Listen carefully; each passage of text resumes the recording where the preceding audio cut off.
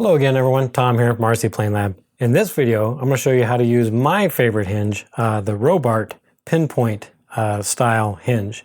It's my favorite. It's a very strong hinge. It's a little bit more work to install than some of the other hinges you might have watched videos of.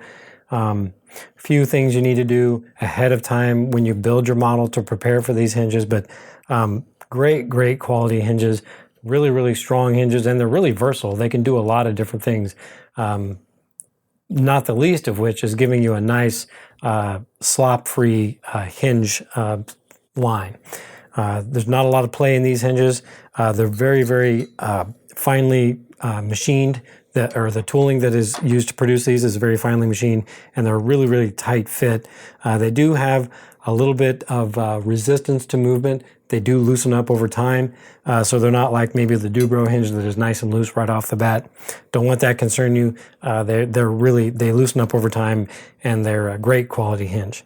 They're available in a few different sizes. They make them even smaller here than this is the 1/8 inch size right here. Hard to pick up here, but black surface. But yeah, here you go. So this is the 1/8 inch one. They make a big one that I believe is 3/16, and then they make a smaller one for half-A size, small airplanes that are, I think, 332, I think is the diameter of those. At any rate, you can buy you don't have to buy the Robart tool to install them. I did because it's a really neat tool, and I mean, let's be honest, can you have too many tools in your toolbox? No. So I did buy the Robart tool, and this is what I use to install them. It's a cool little hinge. Marking and centering and drilling jig kind of all in one, which is really awesome. One tool to do the job of many. And then to install these, you'll need that tool if you're going to use a tool, and you're going to need a couple of drill bits. For starters, again, the Duelist, what's left of the Duelist tab, I've got one slot here left, or one area here left. And as you can see, just like before, center line I've drawn already, and I've marked the position. You can see that mark right there where I want to put this hinge. You'll also notice that there is backers at each one of my hinge locations, right? On an open framework like this right here, you can see the blocks here. I put those in there because I like to have as much meat for my hinges to grab onto when I glue them in as possible. I don't want any hinge kind of hanging out in the open because that's just extra hinge that's not grabbing onto anything to make a secure connection. So I add, usually on open framework like this, I add backers, or whatever you want to call them, extra material where the hinges are going to go. That way I've got that material for that hinge to grab onto when I glue it in there. Obviously a solid slab surface, not going to have to worry about that. But anyway, that's a little preliminary work that you really ought to think about doing if you know you're going to use this style of hinge. Just makes for a much stronger installation. You can imagine that, let me show you here up here on the camera. If I only had this hinge glued, because it's going to go this deep, right? If I only had the hinge glued in that little bit of wood, heck, we're not even to the barbs on the hinge point itself. So that hinge may be prone to pulling out. We don't want that, right? So that's why I've added the hinge backers so that at least some of those barbs are grabbing material. And truth be told, I would probably, if I knew I was going to use these on this, and on my Duelist, I actually did this, I added a double thickness of backer to it, so I had that hinge fully in the wood, so I didn't have any exposed hinge when it was all said and done. Anyway, like I said, on a slab surface, like on the rudder of the Duelist, I didn't have to worry about that because it was a solid balsa surface. Drilled it, and I had full engagement of the barbs of the hinge into the balsa. So again, with all the preliminary stuff taken care of, we can get on the process of how to install these. So they're really simple. The process is simple. It's just a long process, that's all. Or a longer process, I should say. So basically, we want to create a hole here in the trailing edge to accept this hinge, right? So I've made a mark, and the way I'm going to do that is I'm going to use the Robart tool. Now the Robart tool comes with two bushings. This little bushing, this little guy right here, just unthreads, just like that. And this is designed for the 1/8 inch hinges. You can buy the bushing for the 3/16 hinges, the big ones, and I'm not sure if you can get a bushing for the small ones. Probably not, because the framework is probably going to be too small really to utilize this tool anyway. So it's really simple. What I do is I start off, I take my tool and you give it a squeeze. And when you squeeze this thing, it's kind of like an accordion, right? So as you squeeze it down, it centers itself on that trailing edge. Now I will mention, just for the sake of this video, I do have this surface sheeted on one side and not the other. I did that intentionally because I wanted to show what the inside of this structure looks like and what the hinge might look like when it's installed. So because it's sheeted on one side and not the other, my center line technically wouldn't be exactly centered, right? If I had the same, if it was sheeted on both sides, the thickness would be the same on either side of this center line. So understand that when I go to squeeze this on there, it's not going to look like it's centered because I don't have any sheeting on the top. I am aware of that, so no haters out there. Okay, so once I've got the position where I want this point marked, just like that, I take my tool, give it a squeeze, and then I align that mark in the hole. Not sure this will turn out, but you might be able to see my mark down there in that hole, maybe. Yeah, there it is. All right, and then I start with, I believe this is a 1/8 inch bit. Yep, 1/8 inch bit, because it's a 1/8 inch hinge.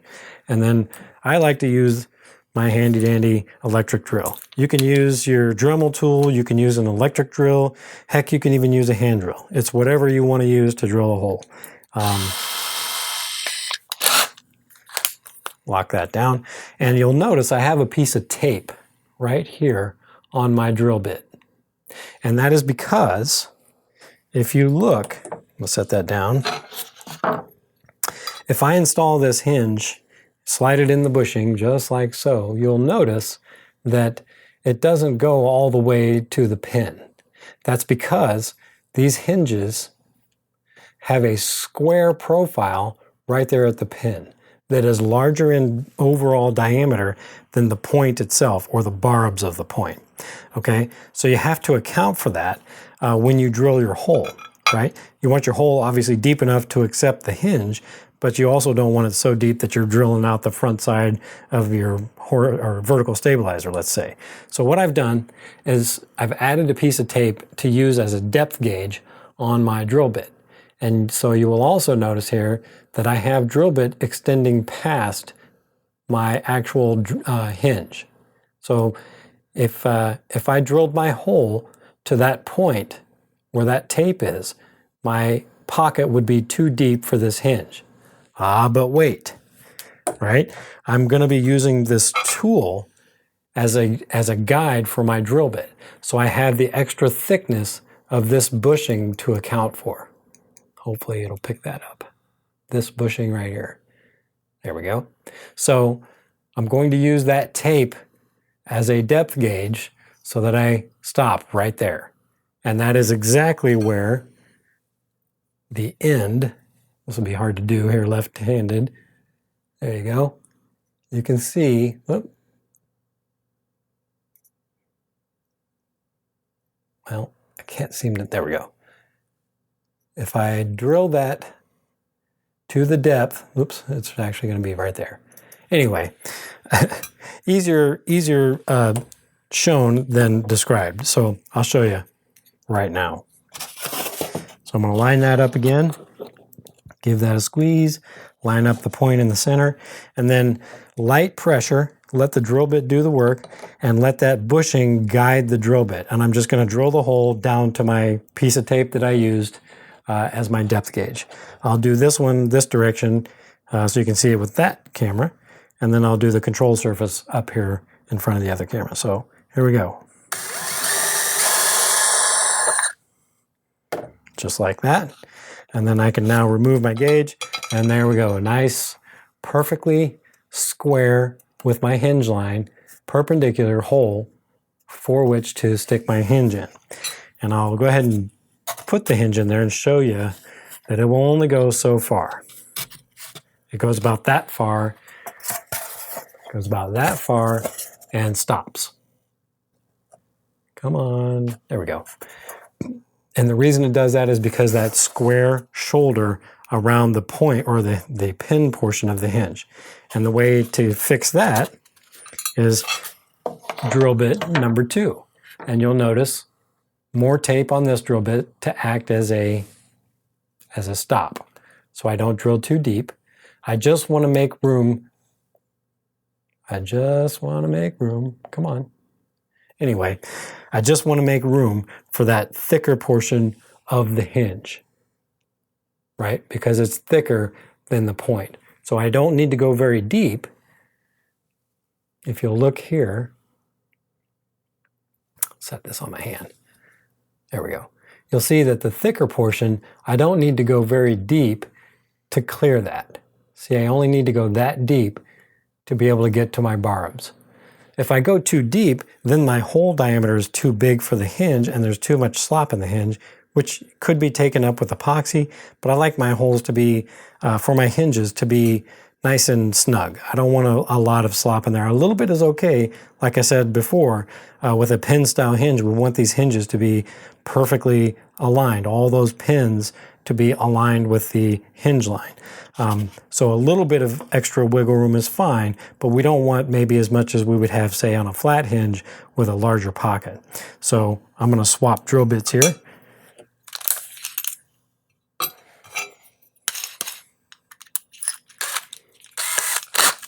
And then I'm going to counterbore.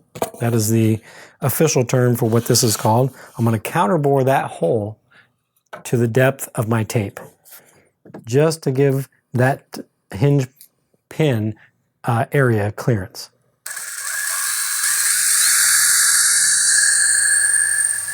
Just like that. Doesn't take much, especially with soft balsa, right?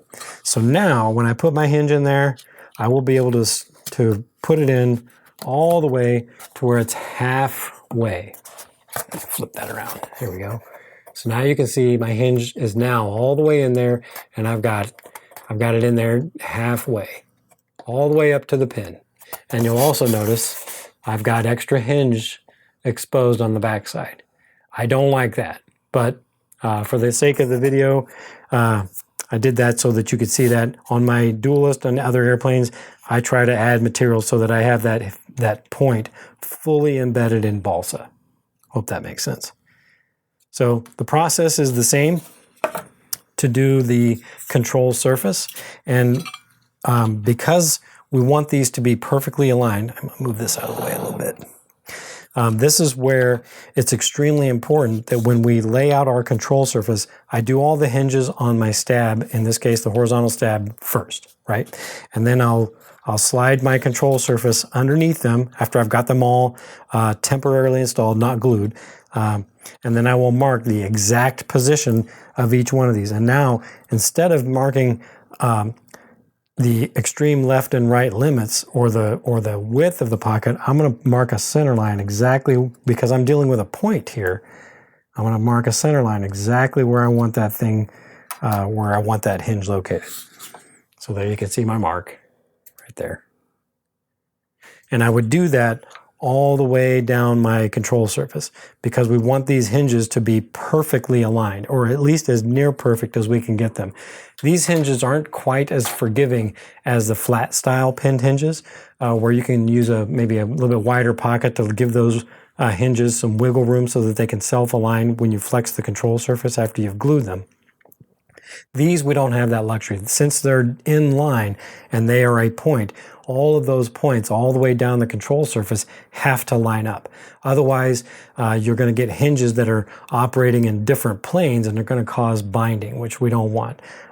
It's not difficult to do, but it's just something that you have to be very careful of when you go laying out, especially in this case on the control surface, like on an elevator. We don't want our servo trying to overcome any misalignment in our hinges. So they have to be in alignment. We want all the pins in those hinges to line up with each other, and then we also want that line to be in alignment with the hinge line of our surface. Hope that made sense. But anyway, same idea. I'm going to drill the hole in this one. I'm going to mark my hole after I put my glasses on so I can see. There we go. I'm going to put this one just like that. Hopefully you saw that. There it is. And then same deal. Another nice thing about this Robart tool is after you've used it a while, you'll get a little bit of flex in it, so that because I'm dealing with a tapered trailing edge here, this is the elevator in this case, obviously it's not flat on both sides. So tools like this, generally speaking, are made to be used on two flat surfaces, so when you squeeze it together, it automatically puts that bushing in the center right on your hinge line. Well, when you use the Robart tool, a little bit over time, you get a little bit of play, so that when you give it a squeeze, it still centers itself, even though you're on a tapered surface. Hopefully that made sense. Made sense to me. But anyway, same process. I'm gonna look down into the drill bushing hole here. Hopefully you can see my mark. There it is. And I just align that right on my mark. Whoops, I forgot to change drill bits. Let me do that real quick.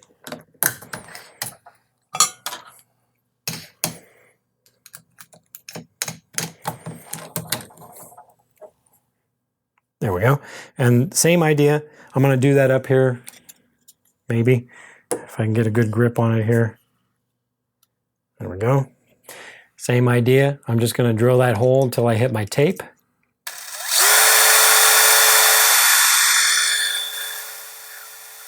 Just like that. Then I remove the tool. You can see I didn't drill through either side because the tool did it. That's not a hole. That's a a weird color in the balsa. But anyway, this tool did a good job of keeping everything centered and keeping me perpendicular. And there you can see, nice round hole. And then I'll demonstrate again, because I have not counterbored it yet, the hinge will only go in that hole that far. I still need to get to counterbore it to make room for that pin area, because it is a little bit bulky in the center. And then just like I did before, I'll use this bit, which I think is I believe, I'll check it here in a second. I think it's 3/16 for this one. But measure the hinge. You'll find out what size you need. Same idea. I'm just going to keep it square with the table. There we go. And just a little bit of a counterbore up to my tape. You might be able to see that. Now the hole looks bigger here on the outside, but if you look closely, it kind of goes down in diameter. That's called a counterbore. And now my hinge will fit all the way in there, right up to the center line. See that? Just like that. And that's how you do it. The only thing left to do is we'll give it a test here, test fit. Look at there. And that's what I love about these hinges is this is the most simple way you can use them, just on a basic flat trailing edge and a V leading edge. Because of the way these hinges work and the fact that they are a point, you can actually inset. Like if I wanted to make the counterbore on this bit a little bit deeper and set that hinge in farther into the trailing edge of my stab, and then I could round off maybe the leading edge of my elevator, and then actually have a kind of a pocket that the hinge would, or that the control surface would move in, because the pin of the hinge is not in line with necessarily the back edge of the trailing edge. So that's a great thing about these hinges, is you can make those scale like hinge setups. You can also put hinges in at an angle like so, such that you would have a flap style actuation that is off center of your hinge line, which is a neat feature that you can use on scale projects. Lots and lots of different ways to use these hinges, and that's one reason why they're my favorite. They're also my favorite because they're strong. They're very, very strong, and when they're installed correctly, you cannot pull them out because of the way they're designed with these cool barbs. They reach in there and they grab that balsa, especially with a little bit of epoxy, and they will not let go. So there you go. That's how I install, or that's how I prepared, anyway, the pockets for a Robart pinned hinge. And the installation process is nearly exactly the same as the flat style pinned hinges. I'm just going to take this hinge, dunk it in my liquid Vaseline over here on both sides, just like before. In case you didn't see the other videos, this is just my covering iron turned upside down, a metal lid with a bunch of Vaseline in it, liquefied on low. You don't want to boil the stuff, but on low. That way, the liquid tends to get into that hinge joint and protect it from the epoxy. We don't want to lock up our hinges after we spent so much time, preparing the pockets. We want a nice smooth action. So. Protecting that with Vaseline also gives it a little bit of a lubrication, so makes it nice and smooth. But basically, the only thing left to do, one last time here, is to use Ron's Nasty Epoxy. I say nasty, it's good epoxy. It's just, for whatever reason, like there's epoxy all over the outside of this. I don't know what he does with this stuff, like after he's done using it, but it's a mess. Nothing? Okay. And like with most epoxies, equal parts A to B, a little bit there. I'm using 5-minute epoxy here. That's not what I use when I'm actually hinging my control surfaces. So do as I say, not as I do. 5-minute epoxy is not enough time to, in my opinion, to really properly set up your pinned hinges. Do yourself a favor, use 30-minute epoxy. Do all of them at once, especially on this hinge, because you want to be able to flex that control surface before the epoxy sets up, to let those hinges sort of rotate in their holes so that they align themselves with each other and the hinge line. So here we go. A little bit of epoxy there.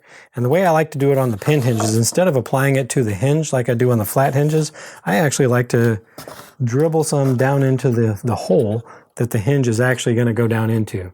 So there you go. I just kind of touch it to there. Oh, there you go. And then I'll just kind of pull that away and let that extra stuff just kind of go down into the hole. Just like that. And then I take my hinge. I like to line my hinges up so that the big flat end of the pin is facing inside, and you'll see that there's a not big flat side of the hinge here. Hard to pick up on the camera, but the pin has got a big head on one side and no head on the other. I like to make it so that the head is facing inside. The reason for that is, just like aircraft hardware, we usually set them up so that the head is on the inside. That way, centripetal force, if the nut should come off of the fasteners always want to be pulled out, centripetal force. So that's why I do it that way. And then once I've got that stuck into that hole, I'll dribble some epoxy in the surface hole, just like this. There we go. Doesn't take much. I mean, we don't want a ton of epoxy oozing out that we have to clean up then, but also you want to make sure you get enough in there to saturate all those little barbs. So there we go. We slide that on there. And then if this was the entire surface, I would give that control surface a couple of movements up and down, let it kind of find its center, and it's a pretty small hinge gap. You can see right there. Turned out pretty good. And then I put a piece of tape on the top and a piece of tape on the bottom to keep that from moving. Let that thing set up. Usually I like to let them set up with 30-minute epoxy. I like to let them set up overnight. That way I've got something to look forward to in the morning. Taking all the tape off and checking everything. But yeah, once that's cured, that hinge is not coming out of there. I will say that because we're drilling holes into our trailing edge and leading edge, that can be a challenge to cover, especially, like in this case, we're cutting the slots before we've covered. Now, obviously, this is something you'd want to do probably after you've covered the airplane, but a cool little tip, you can see I've got a hole already here. When you cover over this, you're going to be able to see that dimple through the covering. And what I do is I just take my X-Acto knife, cut a, puncture across right in that hole. And then I take the tip of my covering iron, a trim tool, if you've got one, is even better with the point, and just put that in there, give it a rotate, and you'll actually take your covering and iron it to the inside of that hole, which is awesome because number one, makes a nice clean look. And number two, it helps to seal up that hole. So if you're a nitro guy like me, you don't get oil in that to potentially break that balsa down over time. So just a quick little note. But anyway, that's how I set up my Robart pinpoint style hinges. I love the things. I use them every chance I get on any project I can. They're a little bit more work to set up, but in the end, makes for a really, really smooth, easy to move control surface that is really, really super strong. And if you're really into scale, like I said, you can inset that hinge and make that control surface rotate inside a concave surface, which is pretty slick, and zero hinge gap if you set things up that way. So I hope you enjoyed the video. Be sure to check out our other hinging videos and all of our other videos on the RC Plane Lab channel. Thanks for watching, and we'll see you next time.